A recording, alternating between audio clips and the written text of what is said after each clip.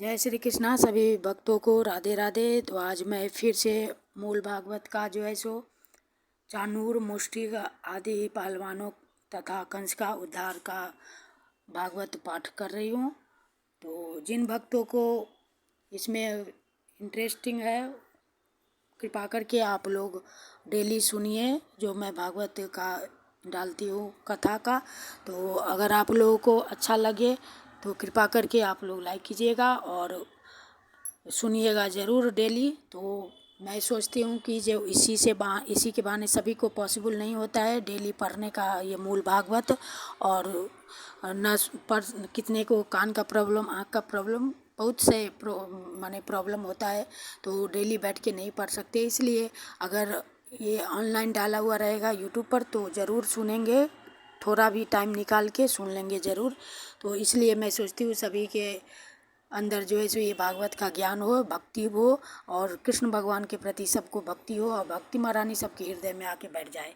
तो आज मैं पढ़ रही हूँ फिर से श्री कृष्ण लीला का ही है 10वां स्कंद का श्रीमद् भागवत महापुराण का। तो सुखदेव जी कह रहे हैं परीक्षित महाराज से, श्री सुखोवाच एवं चर्चित संकल्पो भगवान मधुसूदन आससादाथ चाणूरम मुष्टिकम रोहिणी सुतः। श्री सुखदेव जी कहते हैं परीक्षित, भगवान श्री कृष्ण ने चाणूर आदि के वध का निश्चित संकल्प कर लिया। जोड़ वध दिए जाने पर श्री कृष्ण चाणूर से और बलराम जी मुष्टिक से जा भिड़े। वे लोग एक दूसरे को जीत लेने की इच्छा से हाथ बांधकर और पैरों में पैर अड़ाकर बलपूर्वक अपनी अपनी ओर खींचने लगे। वे पंजों से पंजे, घुटनों से घुटने, माथे से माथा और छाती से छाती भिड़ाकर एक दूसरे पर चोट करने लगे। इस प्रकार दांव पेच करते करते अपने अपने जोड़ीदार को पकड़कर इधर उधर घुमाते हुए ढकेल देते, जोर से जकड़ लेते, फिर लिपट जाते, उठाकर पटक देते, छूटकर निकल भागते और कभी छोड़कर पीछे हट जाते थे। इस प्रकार एक दूसरे को रोकते, प्रहार करते और अपने जोड़ीदार को पछाड़ देने की चेष्टा करते। कभी कोई नीचे गिर जाता तो दूसरा उसे घुटनों और पैरों में दबाकर उठा लेता, हाथों से पकड़कर ऊपर ले जाता, गले में लिपट जाने पर ढकेल देता और आवश्यकता होने पर हाथ पांव इकट्ठे करके गांठ बांध देता। परीक्षित, इस दंगल को देखने के लिए नगर की बहुत सी महिलाएं भी आई हुई थी। उन्होंने जब देखा कि बड़े बड़े बलवानों के साथ ये छोटे छोटे बलहीन बालक लड़ाए जा रहे हैं, तब वे अलग अलग टोलियां बनाकर करुणावश आपस में बातचीत करने लगी। यहाँ राजा कंस के सभासद बड़ा अन्याय और अधर्म कर रहे हैं। कितने खेद की बात है कि राजा के सामने ही ये बली पहलवानों और निर्बल बालकों के युद्ध का अनुमोदन करते हैं। बहन देखो, इन पहलवानों का एक एक अंग वज्र के समान कठोर है। ये देखने में बड़े भारी पर्वत से मालूम होते हैं, परंतु श्री कृष्ण और बलराम अभी जवान भी नहीं हुए हैं। इनकी किशोरावस्था है। इनका एक एक अंग अत्यंत सुकुमार है। कहाँ ये और कहाँ वे? जितने लोग यहाँ इकट्ठे हुए हैं देख रहे हैं, उन्हें अवश्य अवश्य धर्मोल्लंघन का पाप लगेगा। सखी, अब हमें भी यहाँ से चल देना चाहिए। जहाँ अधर्म की प्रधानता हो वहाँ कभी न रहे, यही शास्त्र का नियम है। देखो, शास्त्र कहता है कि बुद्धिमान पुरुष को सभासदों के दोनों दोषों को जानते हुए सभा में जाना ठीक नहीं है, क्योंकि वहाँ जाकर उन अवगुणों को कहना, चुप रह जाना अथवा मैं नहीं जानता ऐसा कह देना, ये तीनों ही बातें मनुष्य को दोषभागी बनाती है। देखो देखो, श्री कृष्ण शत्रु के चारों ओर पैंतरा बदल रहे हैं। उनके मुख पर पसीने की बूंदें ठीक वैसे ही शोभा दे रही है जैसे कमल कोश पर जल की बूंदें। क्यों, क्या तुम नहीं देख रही हो कि बलराम जी का मुख मुष्टि के प्रति क्रोध के कारण कुछ कुछ लाल लोचनों से युक्त हो रहा है? आवेग फिर भी हास्य का अनिरुद्ध आवेग कितना सुंदर लग रहा है। सभी सखी, सच पूछो तो ब्रज भूमि ही परम पवित्र और धन्य है, क्योंकि वहाँ ये पुरुषोत्तम मनुष्य के वेश में छिप कर रहते हैं। स्वयं भगवान शंकर और लक्ष्मी जी जिनके चरणों की पूजा करती है, वे ही प्रभु वहाँ रंग बिरंगे जंगली पुष्पों की माला धारण कर लेते हैं तथा बलराम जी के साथ बांसुरी बजाते, गौएं चराते और तरह तरह के खेल खेलते हुए आनंद से विचरते हैं। सखी, पता नहीं गोपियों ने कौन सी तपस्या की थी जो नेत्रों के दोनों से नित्य निरंतर इनकी रूप माधुरी का पालन करती रहती है। इनका रूप क्या है, लावण्य का सार संसार में या उससे परे किसी का भी रूप इनके रूप के समान नहीं है। फिर बढ़कर होने की तो बात ही क्या है। सो भी किसी के संवारने सजाने से नहीं, गहने कपड़े से भी नहीं, बल्कि स्वयं सिद्ध है। इस रूप को देखते देखते तृप्ति भी नहीं होती, क्योंकि यह प्रतिक्षण नया होता जाता है, नित्य नूतन है। समग्र यश, सौंदर्य और ऐश्वर्य इसी के आश्रित हैं सखियों, परंतु इसका दर्शन तो औरों के लिए बड़ा ही दुर्लभ है। वह तो गोपियों के ही भाग्य में बधा है। सखी, ब्रज की गोपियां धन्य है। निरंतर श्री कृष्ण में ही चित्त लगा रहने के कारण, प्रेम भरे हृदय से आंसुओं के कारण गद गद कंठ से वे इन्हीं की लीलाओं का गान करती रहती है। वे दूध दूहते, दही मथते, धान कूटते, घरे लीपते, बालकों को झूला झुलाते, रोते हुए बालकों को चुप कराते, उन्हें नहलाते धुलाते, घरों को झाड़ते बुहारते, कहाँ तक कहें सारे काम काज करते समय श्री कृष्ण के गुणों के गान में ही मस्त रहती हैं। ये श्री कृष्ण जब प्रातः काल गौं को चराने के लिए ब्रज से वन में जाते हैं और सायंकाल उन्हें लेकर ब्रज में लौटते हैं, तब बड़े मधुर स्वर से बांसुरी बजाते हैं। उसकी टेर सुनकर गोपियां घर का सारा काम काज छोड़कर झटपट रास्ते में दौड़ आती हैं और श्री कृष्ण का मंद मंद मुस्कान एवं दया भरी चितवन से युक्त मुख कमल निहार निहार कर निहाल होती हैं। सचमुच गोपियां ही परम पुण्यवती है। भरतवंश शिरोमणे, जिस समय पूर्वासिनी स्त्रियां इस प्रकार बातें कर रही थी, उसी समय योगेश्वर भगवान श्री कृष्ण ने मन ही मन शत्रु को मार डालने का निश्चय किया। स्त्रियों की ये भयपूर्ण बातें माता पिता देवकी वासुदेव भी सुन रहे थे। वे पुत्र स्नेहवश शोक से विवल हो रहे थे। उनके हृदय में बड़ी जलन, बड़ी पीड़ा होने लगी, क्योंकि वे अपने पुत्रों के बल वीर्य को नहीं जानते थे। भगवान श्री कृष्ण और उन्हें से भिड़ने वाला चाणूर दोनों ही भिन्न भिन्न प्रकार के दांव पेंच का प्रयोग करते हुए परस्पर जिस प्रकार लड़ रहे थे, वैसे ही बलराम जी और मुष्टिक भी भिड़े हुए थे। भगवान के अंग प्रत्यंग ब्रज से भी कठोर हो रहे थे। उनकी रगर से चाणूर की रग रग ढीली पड़ गई। बार बार उसे ऐसा मालूम हो रहा था मानो उसके शरीर के सारे बंधन टूट रहे हैं। उसे बड़ी ग्लानि, बड़ी व्यथा हुई।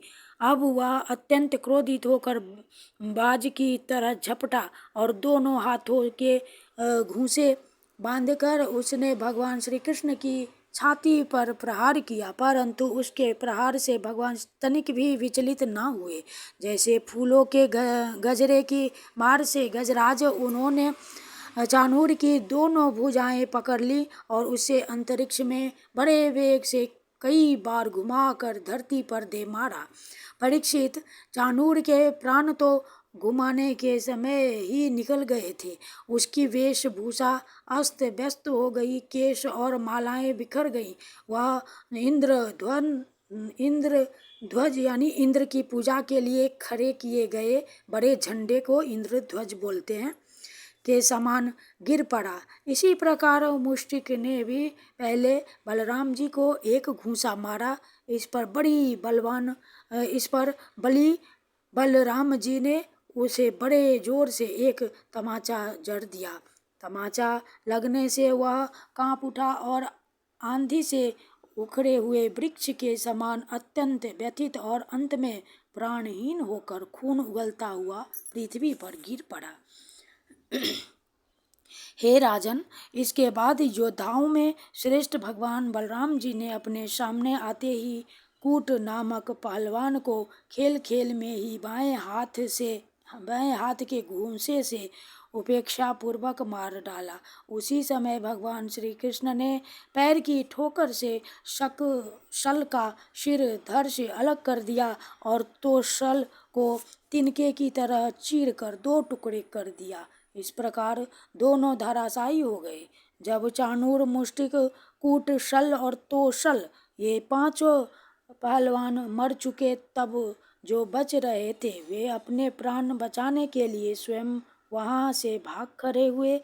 उनके भाग जाने पर भगवान श्री कृष्ण और बलराम जी अपने समवयस्क ग्वालबालों को खींच खींच कर उनके साथ भिरने और नाच नाच कर भेड़ी ध्वनि के साथ अपने नुपुरों की झनकार को मिलाकर मल्ल क्रीड़ा कुश्ती के खेल करने लगे।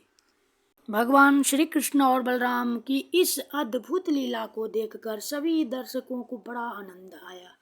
श्रेष्ठ ब्राह्मण और साधु पुरुष धन्य है इस प्रकार कहकर प्रशंसा करने लगे। परंतु कंस को इससे बड़ा दुख हुआ। वह और भी चिढ़ गया।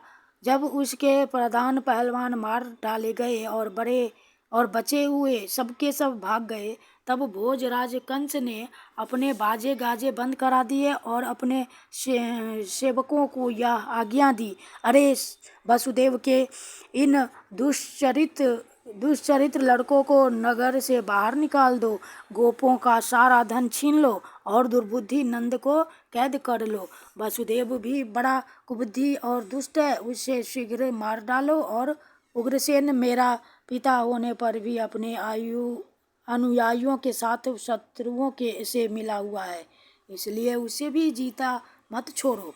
कंस इस प्रकार बढ़ कर बकवाद कर रहा था कि अविनाशी श्री कृष्ण कुपित होकर फुर्ती से वेग पूर्वक उछल कर लीला से ही उसके ऊंचे मंच पर जा चढ़े। जब मनस्वी कंस ने देखा कि मेरे मृत्यु का रूप भगवान श्री कृष्ण सामने आ गए, तब वह सहसा अपने सिंहासन से उठ खड़ा हुआ और हाथ में ढाल तथा तलवार उठा ली।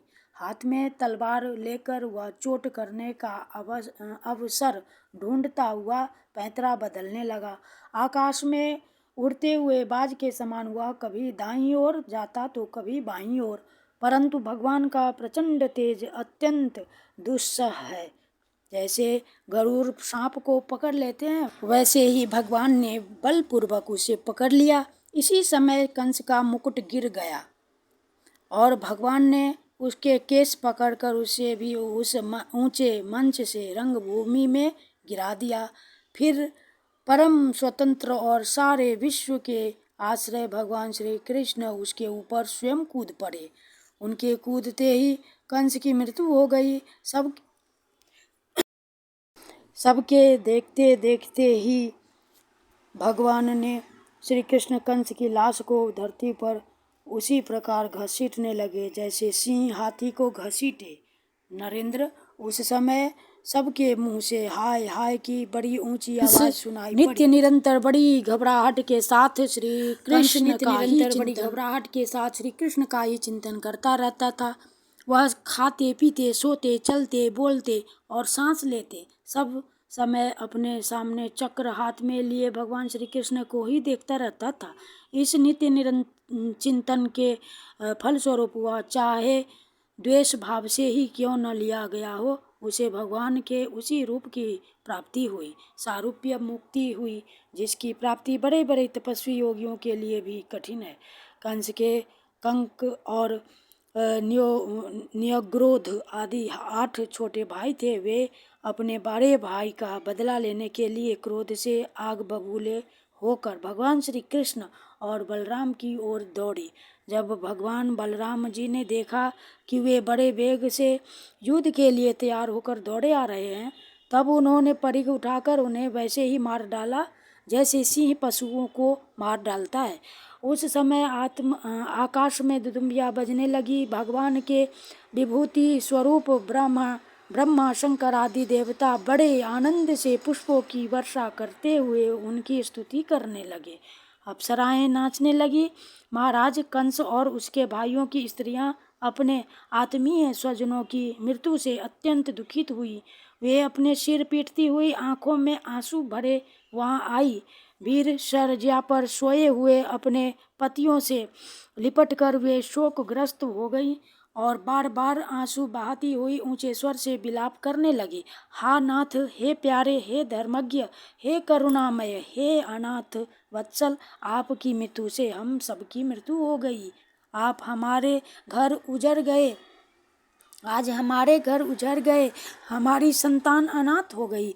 पुरुष श्रेष्ठ इस पुरी के आप ही स्वामी थे। आपके विरह से इसके उत्सव समाप्त हो गए और मंगल चिन्ह उतर गए। यह हमारी ही भांति विधवा होकर शोभाहीन हो गई। स्वामी, आपने निरपराध प्राणियों के साथ घोर द्रोह किया था, अन्याय किया था, इसी से आपकी यह गति हुई। सच है ये, जो जगत के जीवों से द्रोह करता है, उनका अहित करता है, वह ऐसा कौन पुरुष शांति पा सकता है। ये भगवान श्री कृष्ण जगत के समस्त प्राणियों की उत्पत्ति और प्रलय के आधार हैं। यही रक्षक भी हैं। जो इनका बुरा चाहता है, इनका तिरस्कार करता है, वह कभी सुखी नहीं हो सकता। ये सब विलाप कंस की रानियां कर रही हैं। तो श्री सुखदेव जी कहते हैं, परीक्षित, भगवान श्री कृष्ण ही सारे संसार के जीवन दाता है। उन्होंने रानियों को ढाढ़स बंधाया, सांत्वना दी, फिर लोक रीति के अनुसार मरने वालों का जैसा क्रियाकर्म होता है वह सब कराया। तदनंतर भगवान श्री कृष्ण और बलराम जी ने जेल में जाकर अपने माता पिता को बंधन से छुड़ाया और सिर से स्पर्श करके उनके चरणों की वंदना की, किंतु अपने पुत्रों के प्रणाम करने पर भी देवकी और वसुदेव ने उन्हें जगदीश्वर समझकर अपने हृदय से नहीं लगाया। उन्हें शंका हो रही कि हम जगदीश्वर को पुत्र कैसे समझे, ये उनके अंदर शंका होने लगी।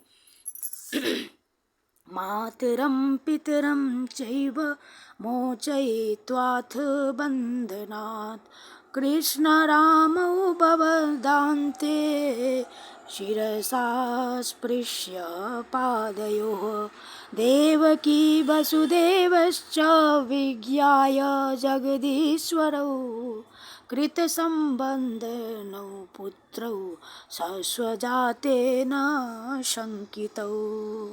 इति श्रीमद्भगवते महापुराणे परमहंस्यां संहितायां दशमस्कन्धे पूर्वार्धे कंसवधो नाम चतुश्चत्वारिंशो अध्यायः। हरे कृष्णा कृष्ण कृष्ण हरे हरे, हरे राम राम राम हरे हरे, कृष्ण कृष्ण कृष्ण हरे हरे राम राम राम हरे हरे, हरे कृष्ण कृष्ण कृष्ण हरे हरे राम राम हरे हरे। इति श्रीमद्भागवत महापुराण। बोलिए श्री कृष्ण कन्हैया लाल की जय, गोविंद माधव की जय। बोलिए श्रीमद्भागवत भगवान की जय, पुरुषोत्तम श्री कृष्ण भगवान की जय, द्वारिकाधीश की जय। जय श्री राधे, जय जय श्री राधे, जय जय श्री राधे श्याम, श्री वृंदावन धाम की जय। हरे नमः हरे नमः हरे नमः। हरि श्री कृष्ण अर्पणम।